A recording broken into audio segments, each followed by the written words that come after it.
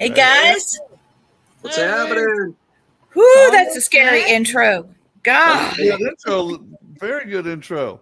Yeah. Man, she looks like she's going to jump through the screen and do some damage. She was fading back and all that. That was like she was getting ready to run, you know. Ooh, and it's a dark and stormy night here. And now we're talking about the crazy mind of Aileen Wuornos. Am I saying her last name right? Wuornos. Wormy. I wanted to say wormy. Ooh. There's only one problem. God. There's only one problem, Lee. Her Aileen, a lot of her friends called her Lee. So now you're sharing a name. Hate to tell you. Oh no. I gotta be the bearer of bad news. The good thing, our league's still around. Wuornos is dust. Good. Yep. Dust in the wind. She's got to be, and you know her son's just as loop-de-doo as her, right? We don't know. Yeah, he is. You found more than we did. I couldn't find nothing on him. I didn't find anything. He was born by, I guess, the uncle impregnated Aileen Wuornos at about 14. 14. Yeah. And it was 1971, so that's the year I was born. So this kid's got to be my age now. So babies. Maybe I am her kid. No, I'm kidding. No. We ain't going down that road. But I don't know. I don't know what you found, but he was given for adoption, and I didn't see anything, but maybe I didn't look in the right spot, but that happens. Let's see what I can find. I was looking at it today, and then I did some. I'm looking now, too. Yep. So tell me about her early life. Blaine, do you know her early life? Yeah. Her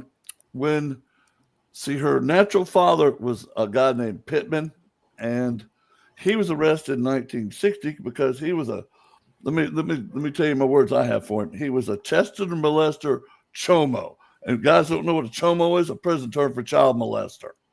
Great. Yeah. An 8-year-old little girl. She was adopted by her mother's parents, and they were both alcoholics and sexual abusers. And they would have Aileen when she was 11 years old, strip down and make her brother have sex with her at 11. Then the grandfather would join in and get some too. Yeah. Lovely family upbringing. You know, I do know someone that had a similar life. He was forced to have sex with his sister. Mm-hmm. And, you know, he did not end up this way. In fact, he was one of the first contestants on American Idol. He's a wonderful singer. And he's homosexual. But, you know, I don't blame him there. After, you know, he had to have sex with his sister and his mother. Obviously his dad was the problem. Yeah. But I know Eileen's brother died of esophageal cancer. So he's dead. The grandparents are dead. I'm pretty sure her dad's dead. Her mother's probably dead too. So all of them are dead. Well, the dad died in prison. He hung himself in prison. Yep. The only one potentially could be her birth mother, who the grandfather kind of forced out of town. Same thing the grandfather did to Aileen. Once the grandmother died from alcoholism, and it was just him and her, he's like, you can just get out, kicked her out of the house. So she's living on the streets, turning tricks at a young age of 14. 14. And, ended up in Florida and getting married to a guy that was like a yacht guy or whatever. And he was 50 years older than her. And, you know, but that didn't last long. So at the time that he was married, she was married to this guy, was the same time that her brother passed away. So now she has nobody at that moment. So that's where a lot of things turned for her. Yeah, she had a problem with being abandoned. But you know, that's a personality trait of some mental disorders. Mm-hmm. But she actually, go ahead, Blaine. She had mental disorders, but she was borderline psychotic, borderline. God, what's the other word they use for her? But just go with psychotic. She was borderline psychotic, and abandonment issues, like you said. Thinking that nobody ever loved her. That's what she thought for sure. I can see why. Yeah, I can see why too. You know, she's another one like Ramirez. You know, she was made that way. Look at her life. Yeah. Look at her upbringing. Would she truly come out the way she was? You know, it got so bad. You guys know who Ann Rule is, right? She was like a true crime writer. She was the one that sat next to Bundy when he was working at the telephone line to help people, the suicide line. Yeah. And she wrote books about Bundy, and she interviewed a lot of people. And she said, out of all the serial killers I interviewed, Aileen was probably the creepiest of all of them. So that says a lot coming from that woman. Yeah, the other one, she was borderline split personalities, because you'd see that in later interviews she did after she was in prison. Yeah. One interview, she come out and she was bubbly, already happy. And then other interviews, she was like, if you ever let me out of here, I'll start killing again. It's in my nature. I'll kill. Yeah, it's like a bipolar type of thing. Bad. I mean, bad. I mean, she'd be talking about, well, I've had a good day. I read this book in the Bible today, and I did this, and I did this drawing, and I did this. And then the next time it's like, yeah, I killed him. I enjoyed killing him. They didn't try to rape me. I just killed him because I wanted to kill him because I hate people. That's the exact words. I hate people. I'm like, okay. Pretty much a bipolar type of situation there. But her father had, when he went off to prison with the with the pedophilia and all that, found out that he had schizophrenia too. So there's a good shot. Yeah, there's a good shot that, but most of the time, schizophrenia usually hits men more than it hits women for some reason. But there is still the possibility of that type of tendency. There was a lot of, psychological issues with everybody in her family. But just her growing up, having to, she was living in a car in the middle of Michigan, you know how cold it gets, trying to turn tricks to get, something to drink, tobacco. So she was prostituting at a very young age, and that's how she would travel. So she was just wandering around and ended up at a few places here and there. But really, when things started going crazy was Florida, with that turning point, like I told you, divorcing this guy that she probably should have never got married to, 50 years older. And then her brother dying at the same time, who was probably her last family member, considering what she had to do with him under the grandfather, the uncle, the grandmother was an alcoholic. Her birth parents, nowhere to be found. She was beaten so badly a lot, so they don't know if her brain trauma was organic or it was actually, physically done. Well, I know at one time when her brother died, she got like $10,000 in the life insurance policy. Yeah. She went to Colorado, bought a brand new car, and had it 3 days and wrecked it. Yeah. I mean, total brand new car, just totally. And she got arrested. That's the only car. I mean, we were talking earlier, and it was like, I think I don't want to go. I don't think I would want to drive with her. It's something like when reading up on her, there was always parts of her early life, middle, and all that near the end. Mm-hmm. She was always getting in car wrecks. She was wrecking all these cars. She wrecked the family's car, everything. Yeah. So I don't know. She was drunk driving. She would lean out the window and fire a gun off. All these petty crimes that she would do leading up, and getting to the point where it became more and more violent. Well, remember too, it's like all 7 she killed. She only got convicted of 6, but because they couldn't find the body on the 7th, she ended up in all of their cars, selling all the stuff they had to different pawn shops, like you said, with different alias names. Yeah. She was hunting. Yeah.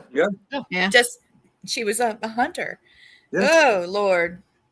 The old song Man Killer. Remember that old song Man Killer from the 80s? This is a whole different. Jeez. Y'all, she creeps me so bad. Yeah. I'm having trouble with her. Yeah, you got to look at Lee, do you have her picture so you can show it? Yeah, hold on. You showed it earlier. Did you? I did. Yeah, well, it's on the commercial things. But well, just so you know, we really got to look at this on a different aspect. Is most female serial killers do stuff within the house or within the hospital or a nursing home or something. A lot of times they'll use poison.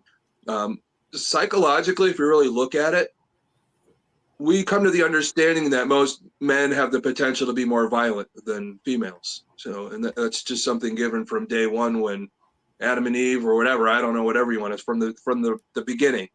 So they look at that aspect of it, but most of the time, most of the women we know from the past, they poison or wait for the men to be asleep in the house just to collect, insurance money, those types of things. So if you really study a lot of the killers, but she was different. I mean, when these people started dying, they didn't think it was like a female at first, because most of the time it's men. So it took them a little bit to figure out, well, these guys are all like pants down by their ankles and they're thinking something different. But that's what you run into. That's what's confusing about the whole thing, because nothing's ever been documented of her type of being a serial killer as a woman. And that's why they call her the first female serial killer. But there is serial killers before, like a male but she was killing like you would think a man would. Mm-hmm.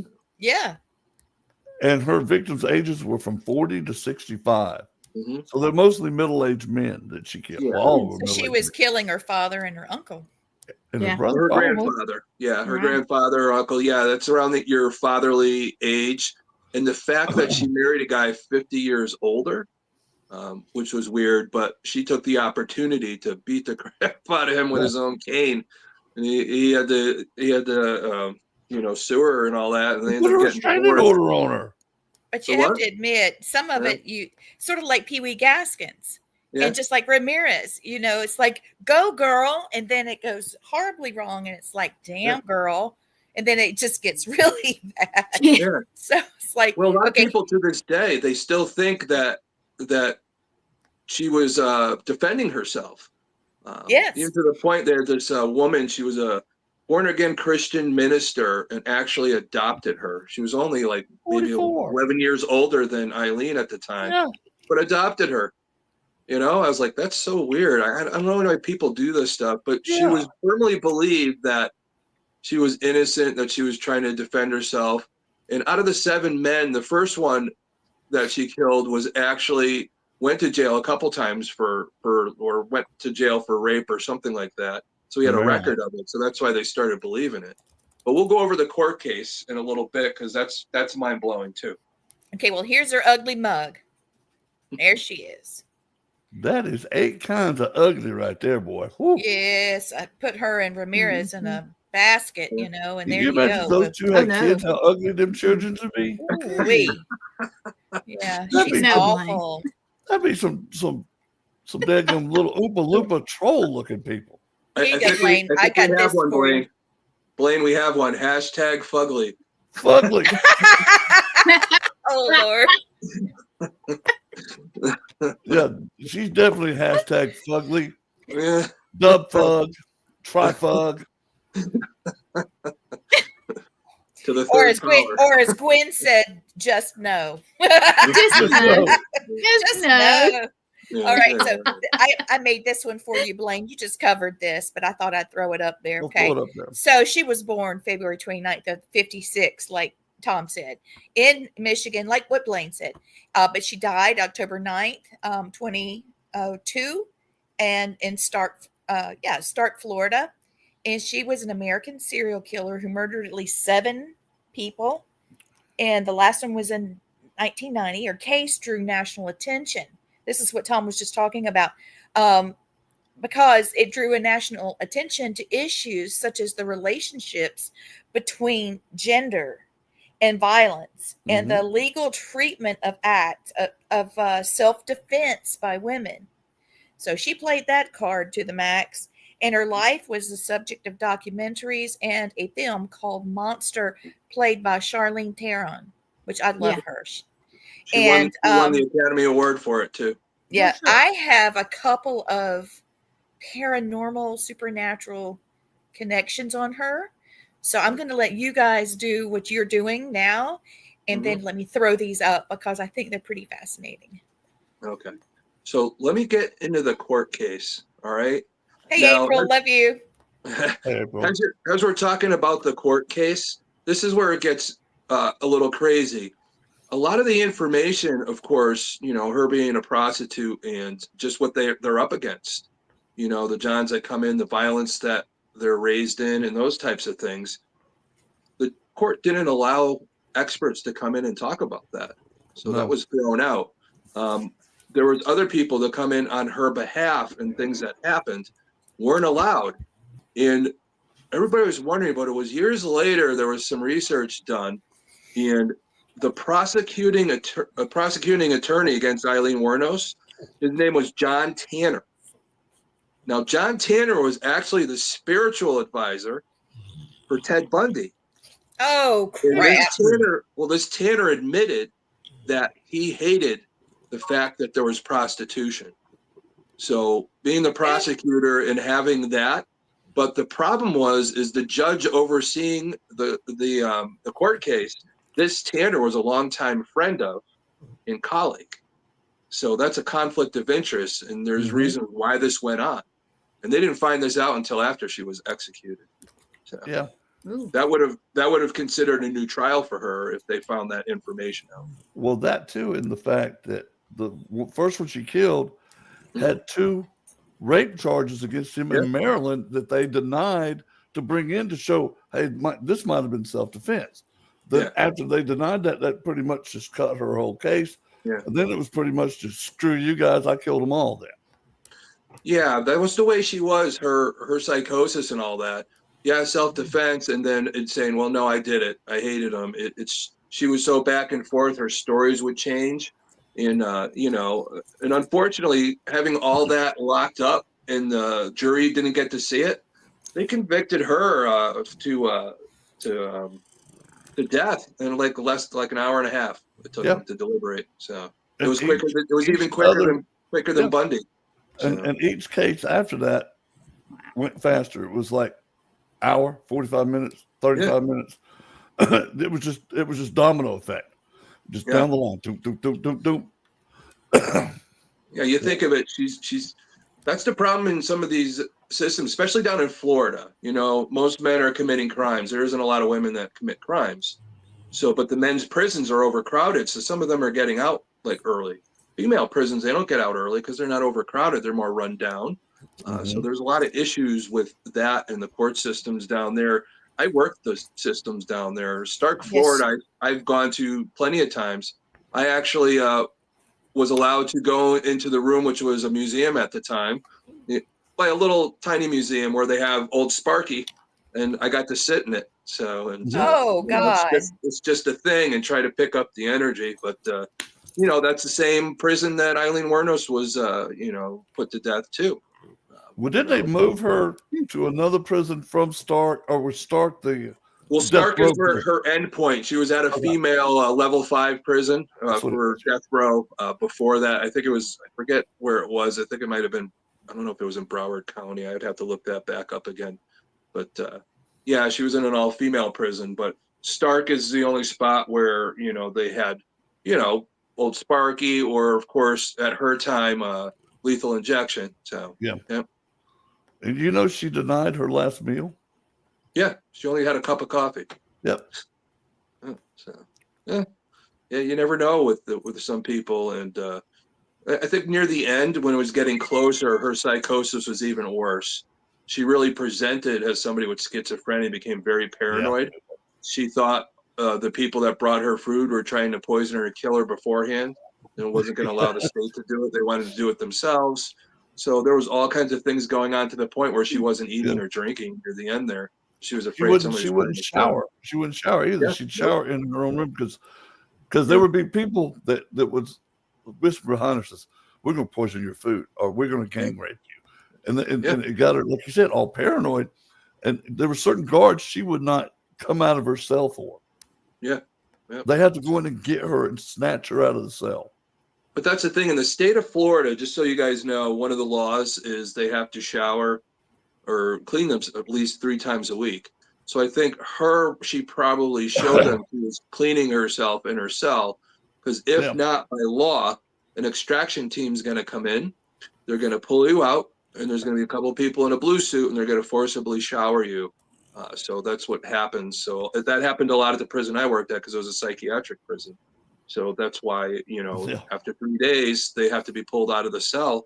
And unfortunately, they going to not come out nice, so you have to go in and get them. That's the tragedy of it too, but that's what you deal with in that dangerous situation, like working in a prison or dealing with some people like the Ted Bundys and Aileen Wuornoses, and people you don't know what's going to happen with their psychosis. Are they just going to snap at that particular moment for all the stress that they're under? Because she was really at the point of snapping, coming up to her final day. So. Well, they wanted to make her snap. The prisoners themselves wanted to make her snap, just where they could say they made her snap. But yeah, that's a thing a lot with the death row. That's what they want to do. They want to take away the state's ability to kill them. They want to try and kill them themselves. You know, case in point, Dahmer being killed or anything like that. So it's even the same as when other inmates find out that somebody has their end of sentence. So their EOS is what we would call it. When they're about to get out, they would check into confinement and all that. So they're locked in a cell so they're away, so they don't get in trouble or they have to stay in prison longer. So they want to go there where nobody could harm them, and they're just in the cell, and then they could get out and go home like their sentence is over. So there's a lot of fear in that, in the hierarchy and how they do things.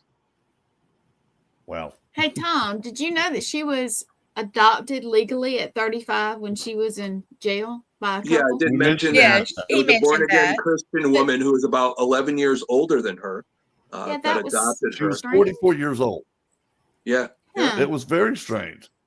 Yeah. But I guess it's no stranger than somebody adopting that Natalie Grace girl.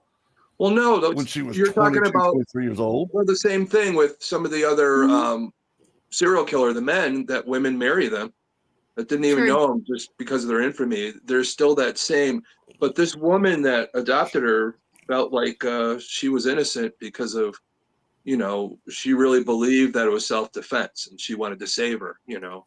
A lot of people do that. You meet somebody, the bad boy, the bad girl, and all these people want to save them. So, Yep. you know, we could give them the words, but they have to save themselves at that moment. So, you know, you can't save anybody. They have to love you enough to save themselves. So, yep. And that didn't happen in this situation, unfortunately. And a lot of people lost their lives because of it. Yes, Victor. We're talking about prison and the serial killer, Aileen Wuornos. And she was a first American female serial killer that killed 7 people. And what a mess she made. It created a stir because, you know, she was a victim in a lot of ways.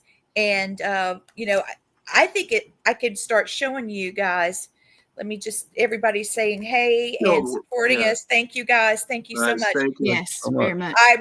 We wouldn't be doing this if we didn't have people that wanted to see this. So thank you. I wanted to show, well, let me get this pulled down. Sorry about that. Okay. Now, I was looking at the supernatural because I'm looking at parallels between, Ramirez and Pee Wee Gaskins and her, you know, it's like the same thing. Yeah. So I was looking at supernatural connections, okay, especially for her.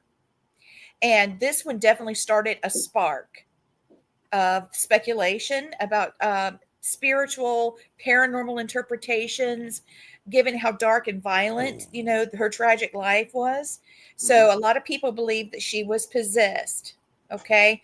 A lot of people believe that she had negative spiritual influences. And they say she may have been possessed or influenced by some kind of dark force, considering how traumatized her life was. And she may have picked up an attachment because of her intense rage. Her own spiritual beliefs, she never like talked about the occult like Ramirez did, but she herself also talked about how unusual her personality traits were. And some people claim to feel eerie or some type of presence at places that were connected to her. Yep. Connected to Wuornos. I bet you one place is where her ashes were scattered in Michigan by her childhood best friend. I bet that place has got a lot of haunted woods. Yep. I know. I'm glad that her childhood best friend did that, though. All right, so here's one in media pop culture area because of her story, because it inspired films, books, you know, like The Monster with Charlotte. And yes, Mark, you're right. Charlize did a great job with that. But people are starting to draw a supernatural element to dramatize and explore her psyche. Okay, let's see. In her final interviews, here we go. This is what I was looking for. In her final interviews before execution in 2002, Aileen made some cryptic, unsettling statements. I'm coming back, like the movie Independence Day, with Jesus, gonna wipe you all out. Mm-hmm. Okay, what? Okay, I know what happened to me. I was taken over by something. I have hate crawling through my system. Mm-hmm. Okay, these statements can be seen as manic or symptomatic of a mental illness. Okay, but some have interpreted this as a sign of demonic influence, something being taken, you know, taking her over. So I wanted to get your thoughts on that, guys. All right, my thoughts on that. Okay, I do believe that there is a whole lot of paranormal associated with her, because you think of all the bodies, the men she killed in tragic fashion. That's gonna leave a haunting. The way she was brought up is gonna leave a haunting. Her, and she might as well have been possessed, because normal people did not act like that. Yeah. Victor says that this sounds like the Mexican guy that killed his parents and went to jail, started doing demonic signs on his wall, and ended up killing all of his roommates. So they had to leave him in a cell by himself. So he started practicing demonic stuff in his cell because he went nuts. It does sound like that. I mean, maybe that's where these people feel like that's the natural path their life leads them to. Well, it is. You think about it. We're talking about true crime here, but we're also in the paranormal. Right. Very similar. It does seem that a lot of people in the paranormal, some of them are off the deep end. A lot of them are drawn towards the paranormal because of the darkness in the the traumas they've had growing up to try and make sense of it and feel like they belong to something. And they feel that darkness, we talk about spirits, the demonic, or the exorcisms and things like that. They're drawn to that type of stuff. That's what we get with some of these people in the field. And we have to understand that. But just with life too, when you go through something traumatic like that, especially for her over the years, you get to a point where you really disassociate. If you disassociate enough, you could become a totally different person. It could be confused as being possessed or obsessed or anything like that. Which I think in this situation, I think there was moments that happened for her. You know, she did have a relationship with a woman that like turned her in, and you know, but yeah, that's the other part. Does that disassociation get even worse because of that abandonment she had and all that? There's so many different factors with it, how she committed her crimes, the small crimes at first, and it just got worse and worse. But then again, that's when you're abandoned, it's just you. You feel like, you know, everything belongs to you. Like you're on your own. I want something, I'm going to go get it no matter what kind of crime it is. You know, and that's part of her psychosis too, I think. And she felt alone. It's just like when we were all locked up for COVID. When we were locked up for a few months and all that, when you got back out on the road, how bad people were driving. Nobody cared about each other really at that moment. Nobody was coming together. Right. They're all back out. They were alone for so long. And, you know, in a sense, they were almost abandoned by society. And that's what happened with Aileen Wuornos, because she's getting beat up. She was still going to school at first. So none of these teachers noticed. Nobody in this town noticed there was a girl sleeping out in a car in the middle of a Michigan winter. The whole society, her whole town failed her. Her family failed her. And the people that she, you know, met, of course, along the way, didn't love her enough and failed her. So and we've just been he described just now why the lady adopted her. It wasn't so much that she needed to be adopted. The lady was trying to save her soul. Yeah. She was trying to make a difference and say, look, I know what you've been through here. This stinks. Let me try to make a difference in your life. It won't make much, but somebody does care about you. And at least she was able to, you know, give her snacks and do that. So, well, what I thought was funny is her girlfriend was more than happy to ride in all the cars of the men that she had shot, rode around on them, went to the pawn shops, and Aileen had taken off to Pennsylvania, and they coerced her girlfriend, give her immunity from any kind of charges if she turned Aileen in, and had her keep calling Aileen till Aileen landed back in Florida. Well, that was Aileen was in Florida. Tyria was in Pennsylvania with family. So it was just the other way around. But either way, she was coercing Aileen on behalf of law enforcement, which I think was kind of wrong too, in a way. It's like, you know, sucking her in. But yeah, there was already enough information to be able to do this or whatever, but an agreement and all. But that old saying that if you live by the sword, you die by the sword. Yep. She was hunting men, and so therefore she was hunted back. Yeah. And so that's scary. The second time her girlfriend in court actually said that no, I don't think Aileen did this. Then all of a sudden she changed her whole testimony. Goes, yeah, Aileen told me she killed all of them. I mean, how? Oh Lord! How depriving is that? Somebody you think was your true love and just threw you under the bus to save their own ass. Yeah, that says a lot. That happens a lot. Yeah. You know, even anybody, everyday relationship. Geez, you know, all of us had probably gone through something like that at one time, just thinking somebody cares about you, and then all of a sudden, well, they don't anymore. But you know, that we all go through that. But are we going to go kill people? Because probably not. So, but that's the thing is those are those breaking points. You know, for her to have to be in prison after she thought somebody loved her that much and came to the realization, she just turned me in. So she left me high and dry. I'm abandoned again. And even in prison, how she just slowly, went more into madness before she was executed. Yeah, because she would never write her in prison. She would never call her. I mean, once she threw her under the bus, she was done. Yeah. Yep. Terrible thing to happen, but you live the life. Yeah. You live that life, and that's the consequences of that type of life. Was she a victim of her circumstance? Definitely. Definitely in that situation. She didn't really come to the means to be able to get herself out of that situation. So she was living day to day.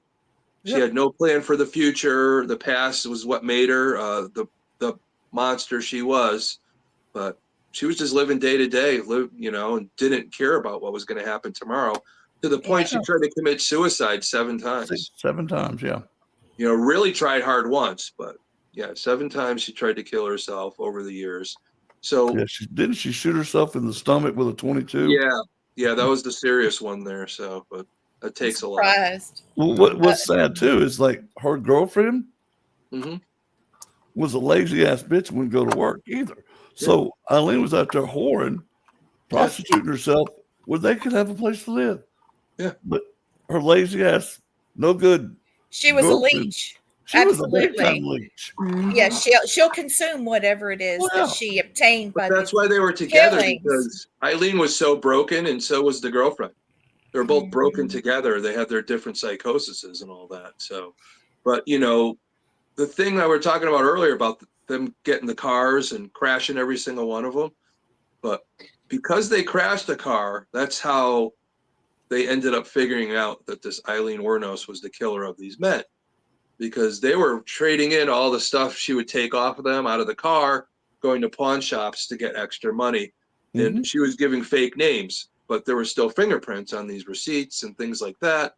But they found the fingerprint because people said there was 2 women that crashed and ran away. So they wanted to find out who these women were. Now they got fingerprints off the car, which then all of a sudden matched to this other murders that they're trying to find.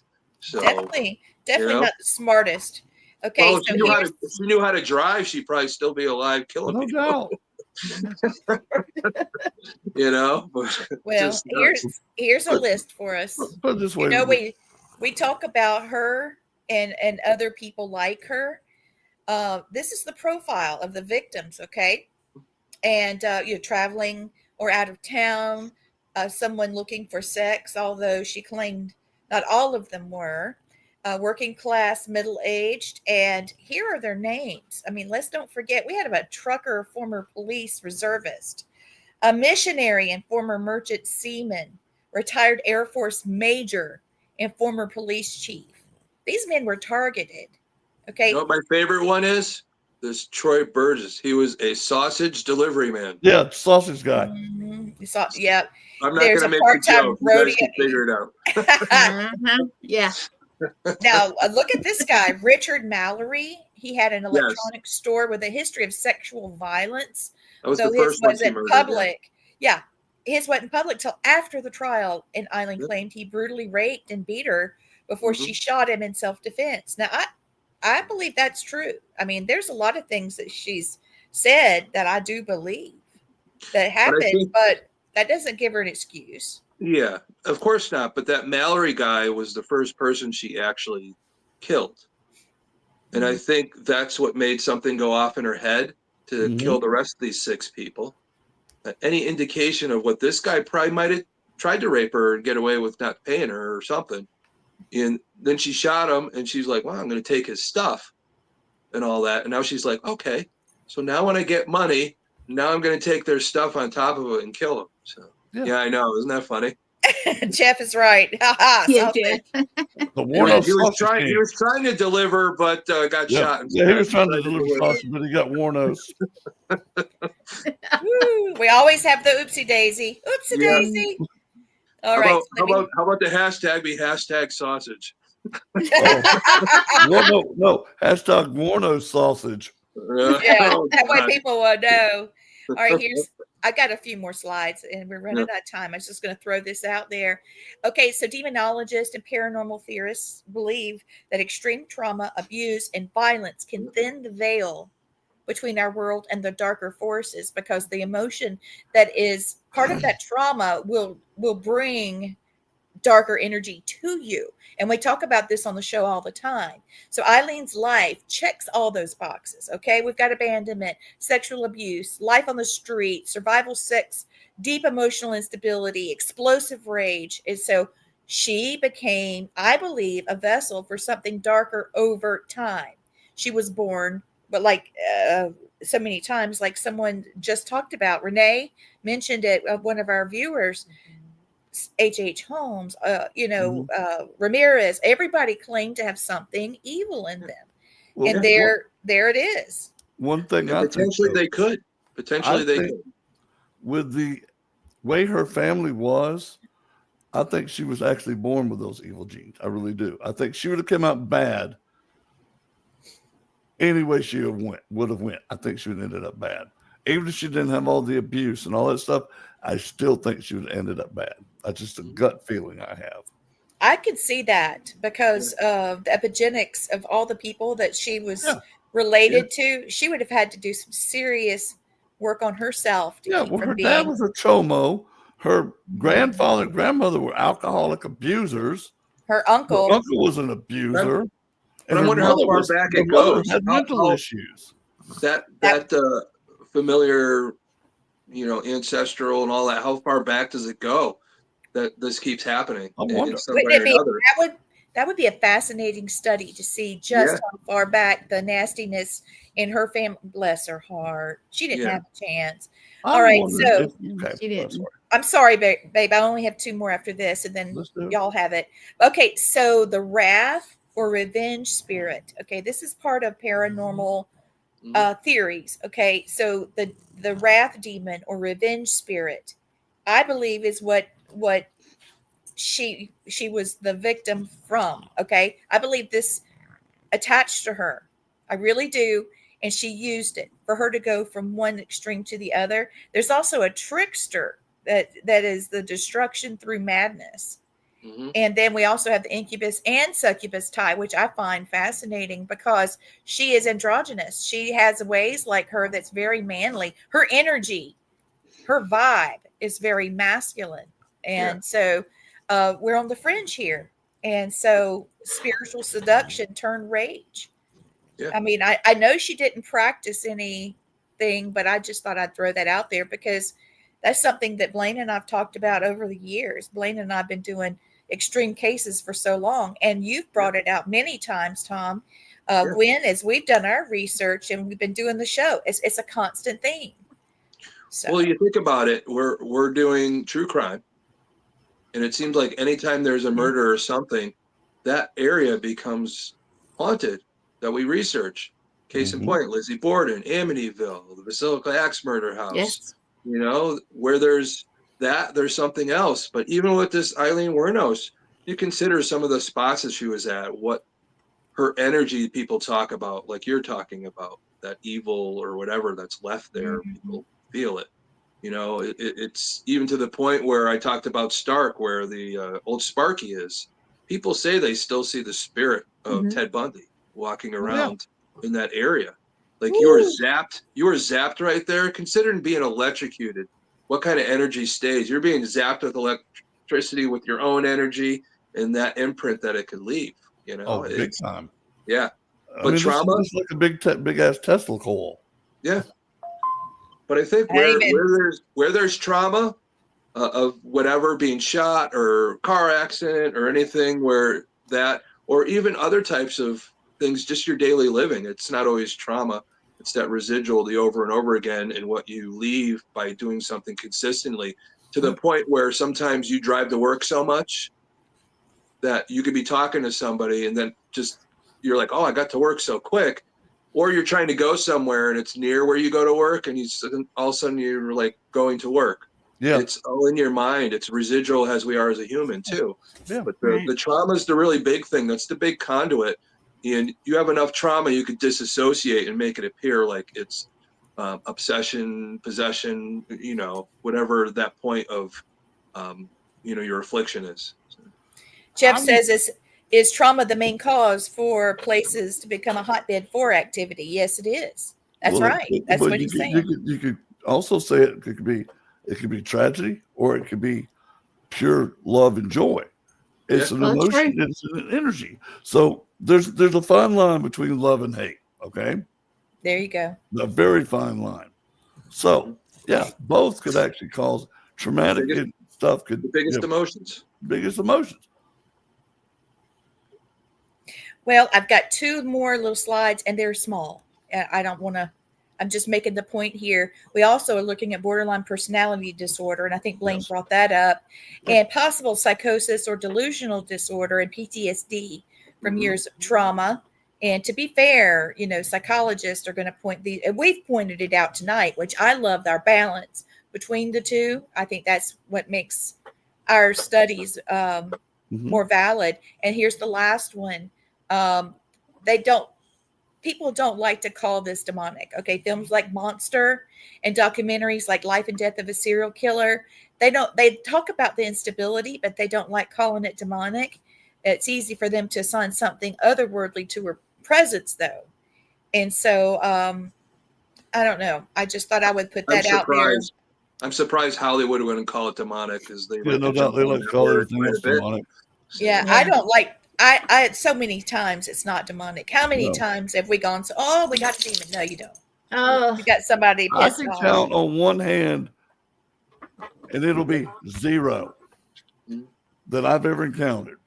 Yeah. And me and Lee have dealt with the worst of the worst spirits. Hello, Taterhead. Taterhead. Y'all, hey, baby. She's untied. Let her hear us. Let her hear us, Lee. Hey, Luna, baby girl. He saw your. I'm hearing voices. I'm sorry, y'all. Whenever we turn the computer on, Gwen comes over and we're working on stuff. She thinks that when the computer's open, that we're doing a show, and it's time for her to get. And she's looking. She's in the looking. Yeah. It's so funny. And she's disassembling my shirt. Oh my God. Yeah. But yeah, this is a crazy case, because again, there was other female, technically serial killers, but none that ever masked similar to what male serial killers would do. Because again, as a society, there were we give men the benefit of the doubt that they're going to be violent. Yeah, she was the first one that went and killed 7 in less than a year. And that she had an MO that she went to. Most of your other serial killers were black widows. They would kill their husband for insurance money. Then they kill another husband and another husband. That was most of your females. Serial killers, but Lizzie is all about the money. That and her being left out. She had no trauma compared to Aileen. Jeff is saying, how can you tell if a spirit has suffered trauma? Usually the ones that are still able to talk to us, not always. I feel their energy. I feel their energies. I could tell if their energies happy, sad, glad, mad, pissed off, scared. That it's that different type of energy that I feel from them. And if it makes you feel sad, that's the progression going to you saying, okay, I was sad, or I was mad. So it's not magic. What it is, people elude vibes. When you meet somebody, they have a vibe. And you can pick up pretty quickly what is their vibe, as if you are experiencing something that's a spirit. The vibe, what's the vibe? Is still there. Yeah. The vibe is still there. Your meat suit's gone, but your vibe is still there. But I could judge somebody within 5 seconds if I'm going to be your friend, or I'm just going to be an acquaintance, and you've got to go. Because your energy tells me right away what I need to know. And us who've done this long enough, you know that is true. But there are some people that we allow. There are some people we get a bad vibe off of, but we allow them in our life because I think sometimes there's lessons for us, certain people. They're either a lesson or a blessing, one of the two.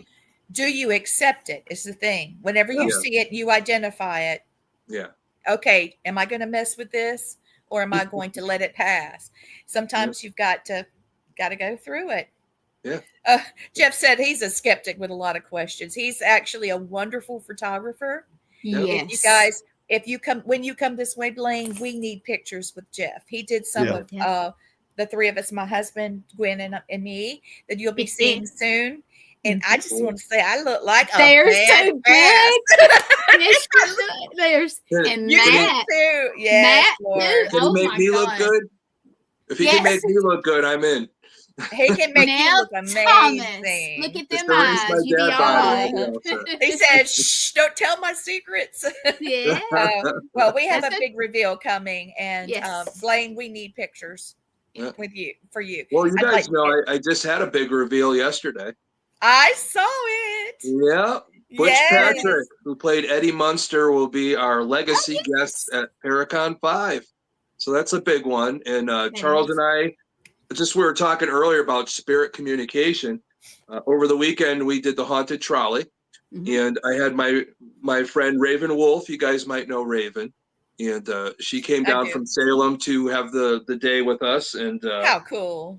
So we had a whole group of people on the trolley, and through my device, I could hear a hearing impaired person. You know, sometimes when they're hearing impaired, they try and I was like, that was weird. And her and I were going back and forth with a spirit that was deaf. And I've never experienced that in my life. It was very weird because how we were trying to communicate, and I'm trying to come up with ways because I've never experienced communicating with somebody with hearing impaired disability in the afterlife, which was very weird. But it was, I think we did help that spirit. It felt the energy changed after. But we were very cold. Gwen, we were very cold. Gwen actually has one that's autistic. Yeah. Yes. You remember her? Yes. Yep. We do have one that's autistic. Blaine, she's doing so good. She's learned to talk. She's learned to talk. That's awesome. It's not huge words, but no, but that's a big. That is huge for them. Yeah, and it's got an influx to it. I mean, a inflection, like she's conversational. That's awesome. But when she comes to an event or to an investigation, it sounds like you know, like she's you would excited. Automatically, you would Yep. think that she was in trouble. The first sound is maybe it's disturbing, like an illness, like somebody's in trouble. Well, the first time I heard her, I said, that child is autistic. And Gwen goes, no shit, she is. I felt like something was wrong, but I guess she was stressing because we couldn't understand her. Yeah. And Blaine was like, I think she's autistic. No, she's autistic. Remember Blaine? Paranormal shit? Yep. Mm-hmm. Yep. Well, we had one, Blaine and I, and we couldn't get control of, we could not influence the subject long enough to get healing. We had to just stop and deal with the parents and deal that were in spirit as well. Yeah. And the people that owned the house. But I think that the healing came later. I think that was going to be a multi-layered situation. Yeah, definitely. Yeah. And Pat, yes, I like your I like my co-host too, Pat. That's Gwen. No, he's talking about Luna.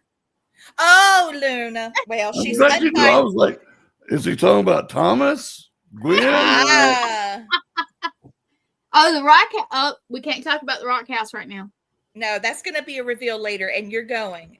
We've got some video that we're going to release soon, and Blaine, when you come this way, we're going to sneaky over there. This place is phenomenal. Sneaky. The tiptoe over there, but the owners have already said. Yeah, the owner said go for it. Just don't go here and there, and I'll explain it later. But this place has creeped out our community for decades, and it's been a place where teenagers go to scare themselves and things like that. There's one of them in every town. Yeah. Oh yeah. Yeah. So this one's cool, and we got full access, and it's the bomb. Right on. So be looking for our video drop soon. Okay, guys. What's next? Yes. Pick it. Do you want to pick? Next week, Thomas, you want to tell them? We've got a good one next week. Yeah. No, because let me do it. I've been wanting to do it. Yeah. Okay, we're doing Smiley Face Killer next week. No way. Okay. Yeah. And this is what's cool about it. You get some background on this on Paramount Plus. There is a TV series on there right now called Smiley Yes, I Face. saw it. It is but amazing. I haven't watched it. And I'll tell you what, Dennis Quaid in that show, you think that son of a bitch is a serial killer. The way his facial expressions go, his energy coming off of him, you're like, where did he study for this role? Did he look at different serial killers? I think he watched enough videos on the Smiley Face Killer to get it, because that guy was creepy also. And how he almost blackmailed his daughter into, bringing him back into the relationship with him. So saying that he would tell people where all the bodies were, but he was only going to do it if through her.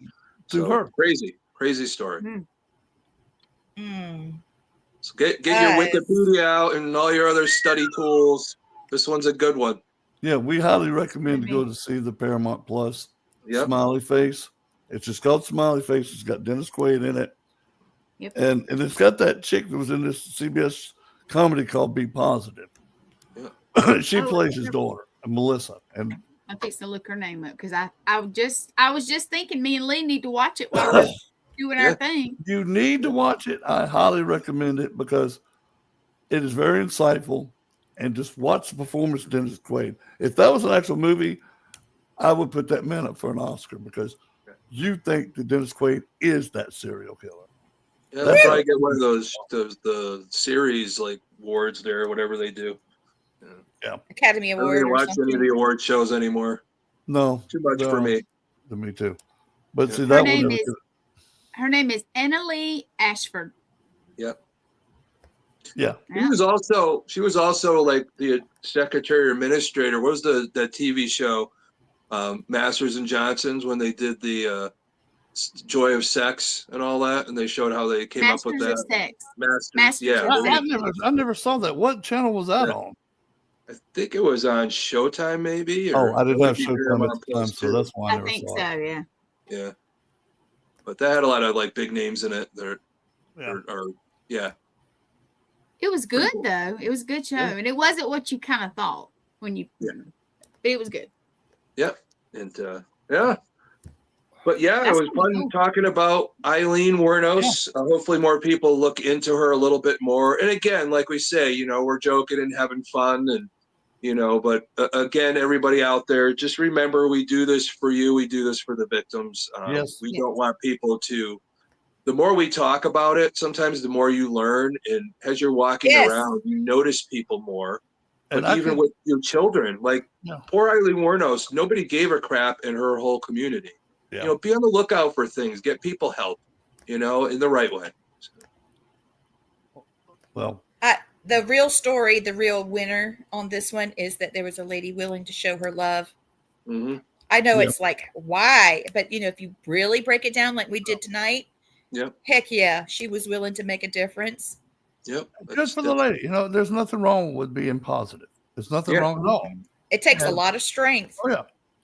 Well, it's crazy. No matter how bad your day's going, sometimes just a good energy friend just sitting next to you saying nothing is all you need. So exactly. Remember that. Never overdo it. Energy changes the vibe. Yep. Yeah.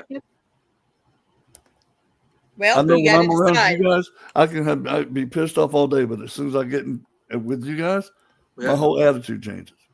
Same here. That's what we do. We do that for each other, and hopefully everybody watching, we give them a little positive too as we talk about a crazy subject every week. Yep. But well, we're not hopeless.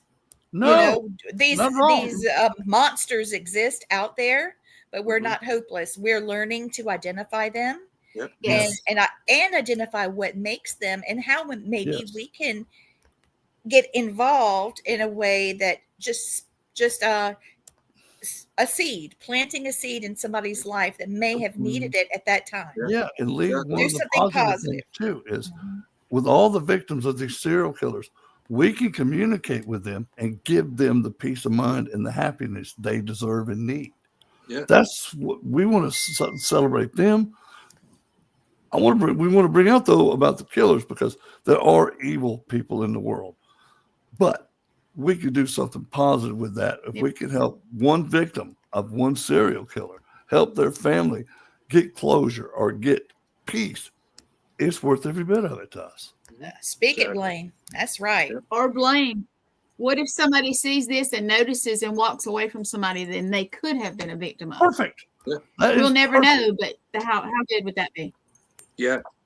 That's what it's about. Those little, what I like to call them little blessings the Great Spirit gives you. Yep. Is your influence on somebody that they paid attention enough to the show. It's like, okay, I don't like these guys' Google eyes. I don't like the way my stomach feels weird around him. Get up and walk away. Trust it. Yep. Trust it always. It's never wrong. Your family members that have passed never leave you. They're always around. Ever. They give you those feelings. They're just like, when you bring a boyfriend or girlfriend home, your mom and dad and all that, and they have that parental pick up on things, and this isn't the right person for you. So they're still in death. They're still around you to help you and give you those weird feelings, that sick feeling when you see something. Yeah. It's helpful. Again, all of us, we talk, we help people and all that, but we're conduits. We're human beings. There's spirits and tribes and whatever are working through us to help. And us being on this show, as we say the words, there's people behind us helping us to help you. So definitely. Well, I'm just going to say this. I have a tendency to be gullible. And I know that's like, duh, for most of you that know me. But it's true. And I have fought learning the survival, even though I was taught martial arts and I wasn't on guard, if that makes sense. I didn't know what to look for in a somebody that's a predator like this. Yeah. And so this show has helped me identify, not that I'm, in a lot of situations, but they haven't they, Gwen? This has presented itself. Oh, and she's also got me behind her going, nopity nope. Nopity nope. Nopity nope. Jess, if you're watching, nopity nope, girl. Yeah, nopity nope. Not today, Satan. Not today. There you go. Not today, Satan. Not today. Well, I'm so gullible. I'm just willing to help people, and I do too much. But that's fine. There's nothing wrong with it, Lee. But we're getting to the point now where you're picking up. I get it now. Your energies are picking up. You've always been able to pick up on them, but now you're actually going, oh, wait a minute. That ain't right. That don't feel right. Yeah, because we're talking about it more. When you talk about it more in these patterns, and people show these patterns, not only are you looking at body language, you're picking up on energy, that evil. I don't want to say, because sometimes some darkness is good. Sometimes you need a little darkness in your life to bring it out. Everything isn't all light and candles and unicorns blowing farts of pixie dust. There is dark parts. You see that? Yeah. But hashtag sparkly pixie dust farts. So, but so you have to go through darkness sometimes to come above it. Because I talked to Father Ken, and I had a conversation today, and it was the whole thing with, when you're born, you're in darkness. Bye, y'all. I gotta get off. No problem. All right. But you're in darkness, and you come out of the womb into the light. So you're starting life.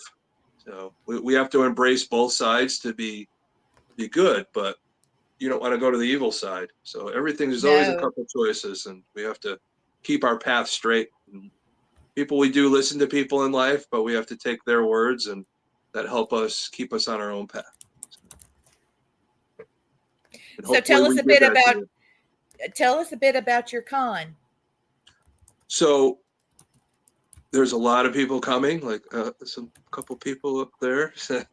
Yeah, just a couple of bunch. And the cool dude that just left us. And there's gonna be a lot of people there.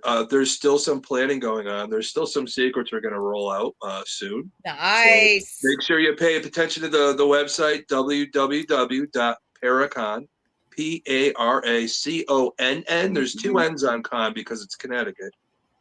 .org. You could see all the guests that are coming.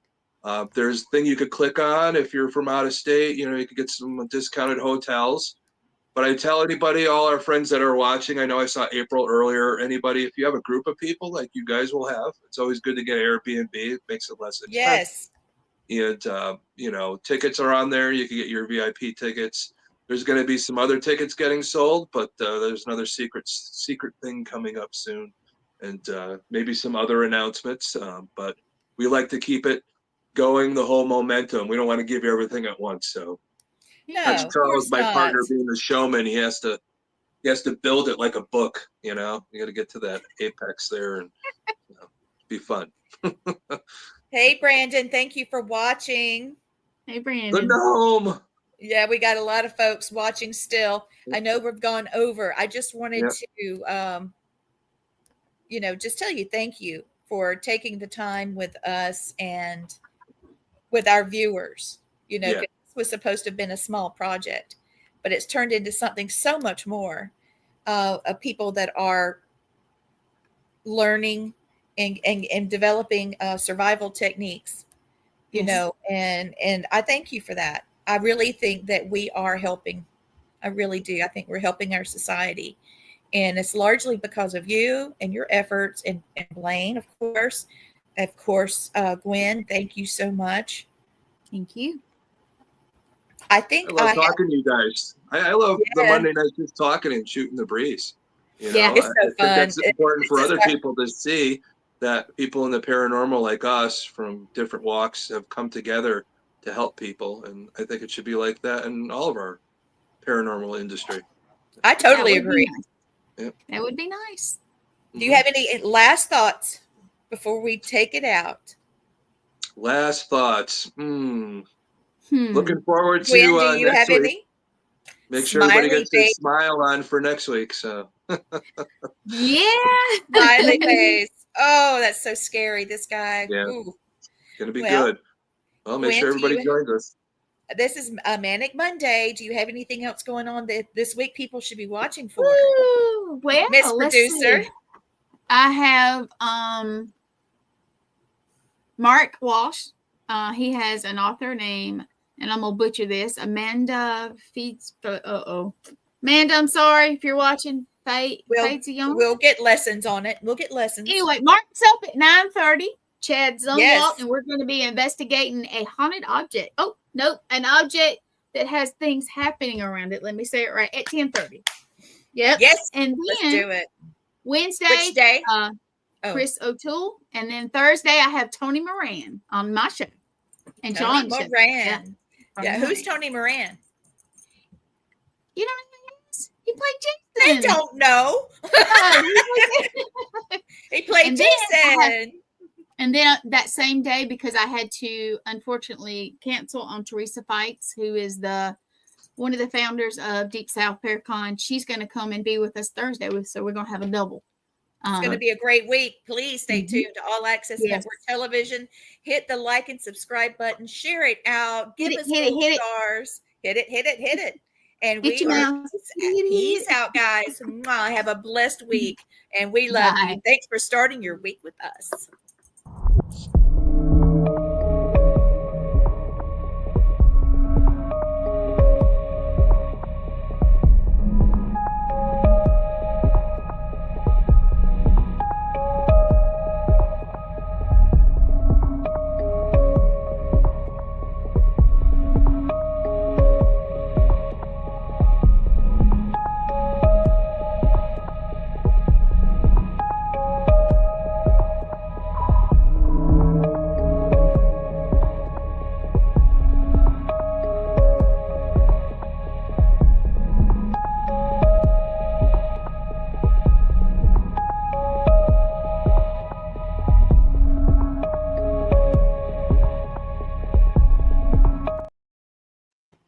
That's awesome. And we are clear.